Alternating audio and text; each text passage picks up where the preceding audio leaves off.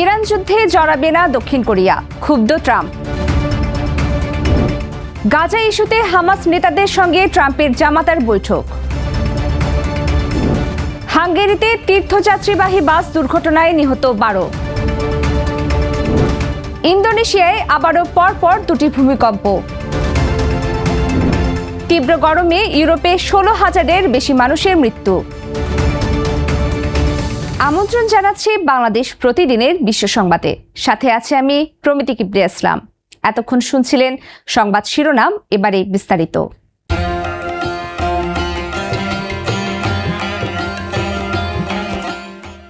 ইরানকে পারমাণবিক অস্ত্রমুক্ত করার মার্কিন উদ্যোগে দক্ষিণ কোরিয়াকে যুক্ত হওয়ার প্রস্তাব দিয়েছিলেন ডোনাল্ড ট্রাম্প। তবে সিউল সেই প্রস্তাব সরাসরি প্রত্যাখ্যান করেছে বলে জানিয়েছেন মার্কিন প্রেসিডেন্ট। সোমবার ট্রুথ সোশ্যালে দেওয়া এক পোস্টে ট্রাম্প নিজেই বিষয়টি জানান। তিনি বলেন, দক্ষিণ কোরিয়ার প্রেসিডেন্ট লি জি মিয়ংকে তিনি এই প্রস্তাব দিয়েছিলেন। জবাবে সেই প্রস্তাব সরাসরি প্রত্যাখ্যান করেছে সিউল। এই ঘটনায় দক্ষিণ কোরিয়ার উপর অসন্তোষ প্রকাশ করেছেন ট্রাম্প। এরপর দুই দেশের যৌথ সামরিক মহড়ার পরিসর উল্লেখযোগ্যভাবে কমানোর ঘোষণা দেন তিনি। তবে দক্ষিণ কোরিয়া জানিয়েছে, পূর্ব নির্ধারিত সূচি অনুযায়ী সামরিক মহড়া চলবে। চলতি সপ্তাহে উলচি ফ্রিডম শিল্ড মহড়ার প্রায় 18,000 দক্ষিণ কোরীয় সেনা অংশ নেওয়ার কথা রয়েছে। ট্রাম্প বলেছেন, এসব মহড়া ব্যয়বহুল এবং এর বড় অংশের খরচ যুক্তরাষ্ট্র বহন করে। এদিকে উত্তর কোরিয়ার নেতা কিম জং উনের সঙ্গে নিজের ভালো সম্পর্কের কথাও তুলে ধরেছেন ট্রাম্প। বিশ্লেষকদের মতে, ইরান ইস্যুতে মিত্রদের সহায়তা না পাওয়ায় যুক্তরাষ্ট্রের সঙ্গে দক্ষিণ কোরিয়ার সম্পর্কে নতুন করে টানাপোড়েন তৈরি হতে পারে। গাজায় শান্তি পরিকল্পনা বাস্তবায়নে হামাসের নতুন নেতা খলিল আল হাইয়ার সঙ্গে বৈঠক করেছেন মার্কিন প্রেসিডেন্ট ডোনাল্ড ট্রাম্পের জামাতা ও মধ্যপ্রাচ্য বিষয়ক দূত জ্যারেড কুশনার। রোববার মিশরে এই বৈঠক হয় বলে জানিয়েছে বিবিসি।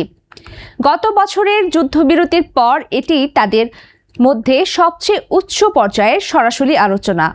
এই বৈঠকে মার্কিন যুক্তরাষ্ট্র ঘোষিত 15 দফার গাজা শান্তি পরিকল্পনা বাস্তবায়ন নিয়ে কথা হয়। বৈঠকে হামাসের অস্ত্রত্যাগ, ইসরায়েলি সেনা প্রত্যাহার ও মানবিক সহায়তা নিয়ে আলোচনা হয়েছে। ট্রাম্পের পরিকল্পনায় হামাস সহ সশস্ত্র গোষ্ঠীগুলোর সম্পূর্ণ নিরস্ত্রীকরণের কথা বলা হয়েছে।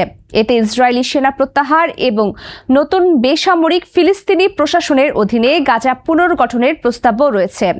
তবে ইসরায়েল পরিকল্পনাটি প্রত্যাখ্যান করেছে এবং হামাসকে আগে নিরস্ত্র করার দাবি জানিয়েছে।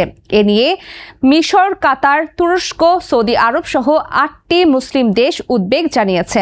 কুশনারের সঙ্গে বৈঠকে ছিলেন নিকোলাই ম্লাদেনভ ও সাবেক ব্রিটিশ প্রধানমন্ত্রী টনি ব্লেয়ার। পরে কুশনার মিশরের প্রেসিডেন্ট আবদেল ফাতাহ আল সিসির সঙ্গেও বৈঠক করেন। সোমবার ইসরায়েলি প্রধানমন্ত্রী বেনিয়ামিন নেতানিয়াহুর সঙ্গে বৈঠকের কথা রয়েছে কুশনারদের। এর মধ্যেই গাজায় যুদ্ধবিরতি চললেও ইসরায়েলি হামলার ঘটনা ঘটেছে এবং যুদ্ধ শুরুর পর প্রায় 19 লাখ মানুষ বাস্তুচ্যুত হয়েছে। হাঙ্গেরিতে পোল্যান্ডের তীর্থযাত্রীবাহী একটি বাস দুর্ঘটনায় 12 জন নিহত হয়েছেন। 16 আগস্ট রোববার রাতে পূর্ব হাঙ্গেরির মেজো কেরেস্তেস শহরের কাছে এই দুর্ঘটনা ঘটে। 57 জন যাত্রী নিয়ে বাসটি মহাসড়ক থেকে ছিটকে খাদে পড়ে উল্টে যায়। এই ঘটনায় অন্তত 10 জন গুরুতর আহত হয়েছেন। প্রাথমিকভাবে ধারণা করা হচ্ছে, চালক ঘুমিয়ে পড়ায় বাসটি নিয়ন্ত্রণ হারায়। দুর্ঘটনার পর চালককে পুলিশ হেফাজতে নেওয়া হয়েছে। বাসটি বসনিয়ার মেদ জুগোরিয়া থেকে পোল্যান্ডে ফিরছিল। আহতদের দ্রুত 4টি শহরের বিভিন্ন হাসপাতালে নেওয়া হয়েছে। বেঁচে যাওয়া এক যাত্রী জানান, বাসের ভেতরে অনেকে সিটের নিচে চাপা পড়েছিলেন এবং বাঁচার জন্য চিৎকার করছিলেন। এই ঘটনায় গভীর শোক জানিয়েছেন পোল্যান্ডের প্রেসিডেন্ট কারল নাভরুকি। ইন্দোনেশিয়ায় শক্তিশালী ভূমিকম্পের কয়েকদিন পর আবারও নতুন করে 2টি ভূমিকম্প আঘাত এনেছে। আজ সোমবার স্থানীয় সময় ভোর 4:46 আঘাত এনেছে এই ভূমিকম্প। জার্মান ভূতত্ত্ব গবেষণা সংস্থা জিএফজি এ তথ্য নিশ্চিত করেছে। ভূমিকম্পটির উৎপত্তিস্থল ছিল ভূপৃষ্ঠ থেকে মাত্র 10 কিলোমিটার গভীরে। এর কয়েকদিন আগে একই অঞ্চলে 7.7 মাত্রার শক্তিশালী ভূমিকম্প হয়েছিল। ওই ভূমিকম্পের পর 341টি আফটার শকের খবর পাওয়া যায়। বড় ওই ভূমিকম্পে পূর্ব নুসা তেঙ্গারা প্রদেশে অন্তত 53 জনের মরদেহ উদ্ধার করা হয়েছে। উদ্ধারকারী সংস্থা জানিয়েছে মৃতের সংখ্যা আরও বাড়তে পারে। এর আগে উত্তর সুমাত্রাতেও 6.9 মাত্রার আরেকটি ভূমিকম্প আঘাত হানে। নতুন ভূমিকম্পে তাৎক্ষণিকভাবে হতাহত বা বড় ধরনের ক্ষয়ক্ষতির খবর পাওয়া যায়নি। জুনের এক সপ্তাহের তীব্র তাপপ্রবাহে ইউরোপে স্বাভাবিক সময়ের চেয়ে 16,000-এর বেশি মানুষের মৃত্যু হয়েছে। ইউরোপিয়ান মর্টালিটি মনিটরিং নেটওয়ার্কের বিশ্লেষণে এ তথ্য উঠে আসে। মৃত্যুর বড় অংশ ঘটেছে ফ্রান্স, বেলজিয়াম ও জার্মানিতে। এসব দেশে অতিরিক্ত গরম মোকাবেলায় পর্যাপ্ত প্রস্তুতি নেই বলে বিশেষজ্ঞরা জানিয়েছেন। ইউরোপের অনেক এলাকায় তাপমাত্রা 37 ডিগ্রি সেলসিয়াস ছাড়িয়ে যাওয়ায় মৃত্যুর হার বেড়ে যায়। উত্তর ইউরোপের দেশগুলোতে বাড়িতে শীততাপ নিয়ন্ত্রণ যন্ত্রের ব্যবহারও তুলনামূলক কম। অন্যদিকে দক্ষিণ ইউরোপের দেশগুলো দীর্ঘদিন ধরে গরমের সঙ্গে মানিয়ে নেওয়ার কৌশল ব্যবহার করে আসছে।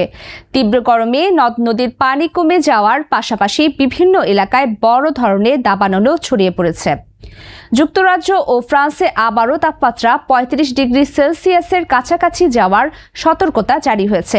বিজ্ঞানীরা বলছেন, জলবায়ু পরিবর্তনের কারণে ভবিষ্যতে ইউরোপে আরও ঘন ঘন ভয়াবহ তাপপ্রবাহ দেখা দিতে পারে।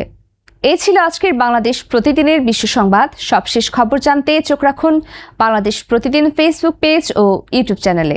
এতক্ষণ সঙ্গে থাকার জন্য সবাইকে ধন্যবাদ।